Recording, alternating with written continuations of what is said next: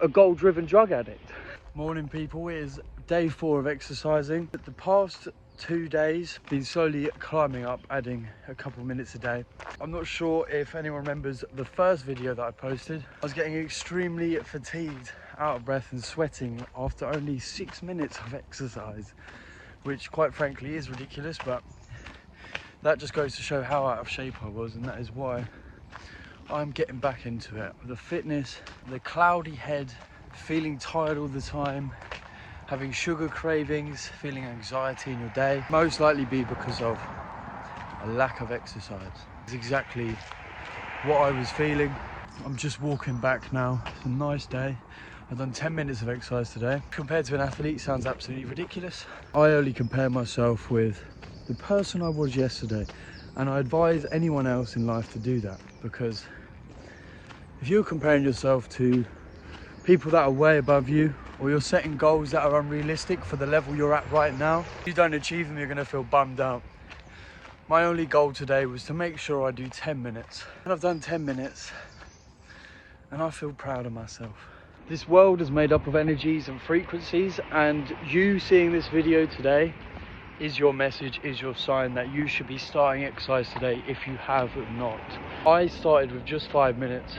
Anyone in the world can do 5 minutes of exercise. I would suggest jogging.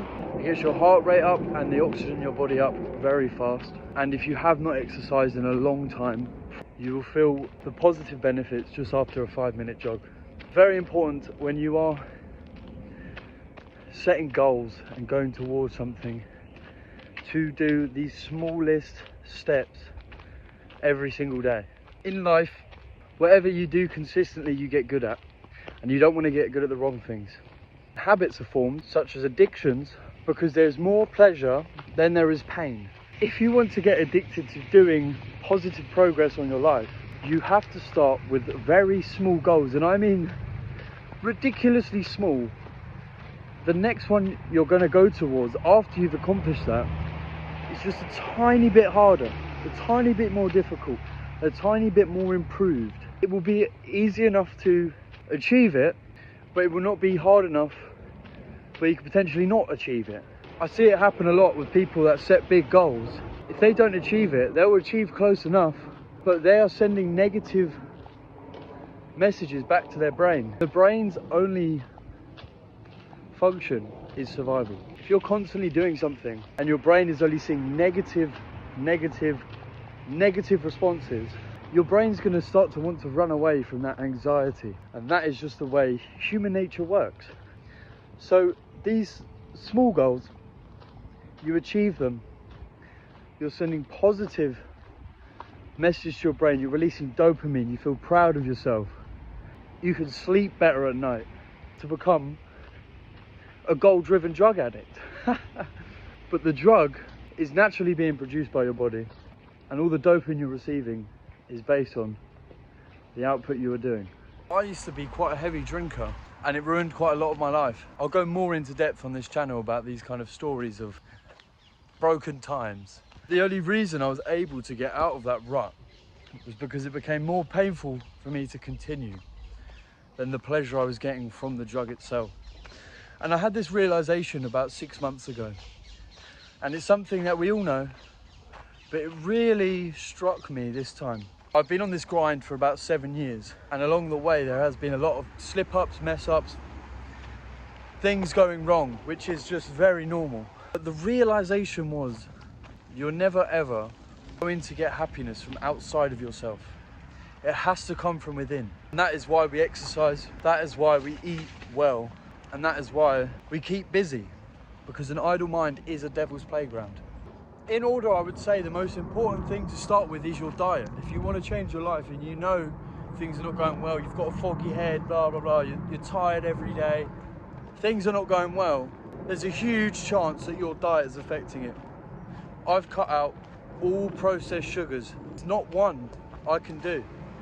I have an extremely addictive personality for anything that I enjoy, and I run towards it. And what sugar does is it tricks your brain. It makes you think you're achieving something. It's giving you these reward signals. And not only that, it spikes your blood sugar, which is going to cause aging and kill you quicker. I don't think anyone here is trying to do. Should have seen the French baddie that just walked past. Gee, I love a French accent. Comment below if you do too. Back onto the diet. I was getting back into this because I knew shit was about to go south quite quickly for me when I started the binge eating, because I was working a lot at home. I've been doing a lot on my business and I've been finding excuses to not exercise and not take care of myself and not eat properly.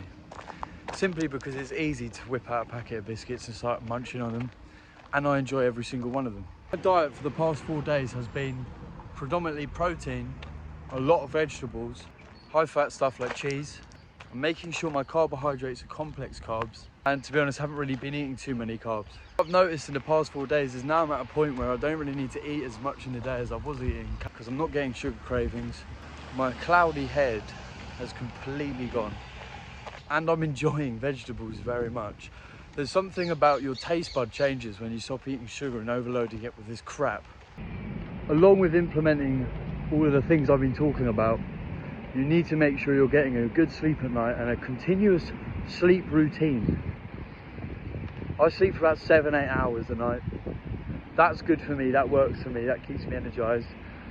But after you start exercising, after your first exercise, jump into a cold shower. It's going to triple your dopamine and almost 10x your adrenaline.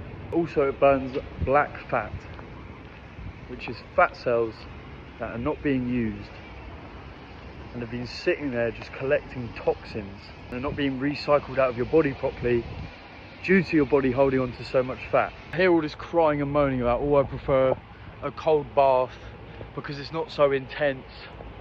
You need mental toughness, mate. So come with me as I have a cold shower, and because of the way my shower is set up, the cold setting is not just bog standard tap water. It's actually colder than the free running flow, which means it's probably about 4 degrees. And if anyone knows anything about water temperature, it's about the same temperature as the Arctic. Okay, so when I say you want to build mental toughness, that doesn't mean jump in a cold shower for 2 minutes and absolutely traumatize yourself for the first time, because you won't do it tomorrow. Start with 10 seconds. And I know that sounds ridiculous, but 10 seconds at the very start, shock your body, stand there, count to 10 in your head, breathe deeply and slowly, and then turn it over to your normal shower. Now, every shower I have is just freezing cold the whole way through because I've got used to it and I've built mental toughness. But you will see your day-to-day lives, things that annoyed you are going to annoy you a lot less. Your dopamine is naturally going to be higher, which is going to improve your focus. Your immune system is going to be better. Just add 10 seconds every single week until you get into the point where you might as well just do your full shower cold, because your benefits are going to decrease from 10 seconds because your body gets used to it.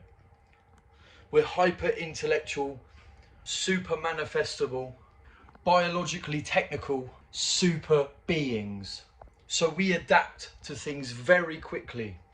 I'm not stomping on the idea of cold baths. They have their place, they have their purpose, they have some amazing benefits. But I would say the best thing straight after exercise that's going to be quick and efficient is a cold shower. You're not sitting there running a bath, putting ice in it, wasting around time.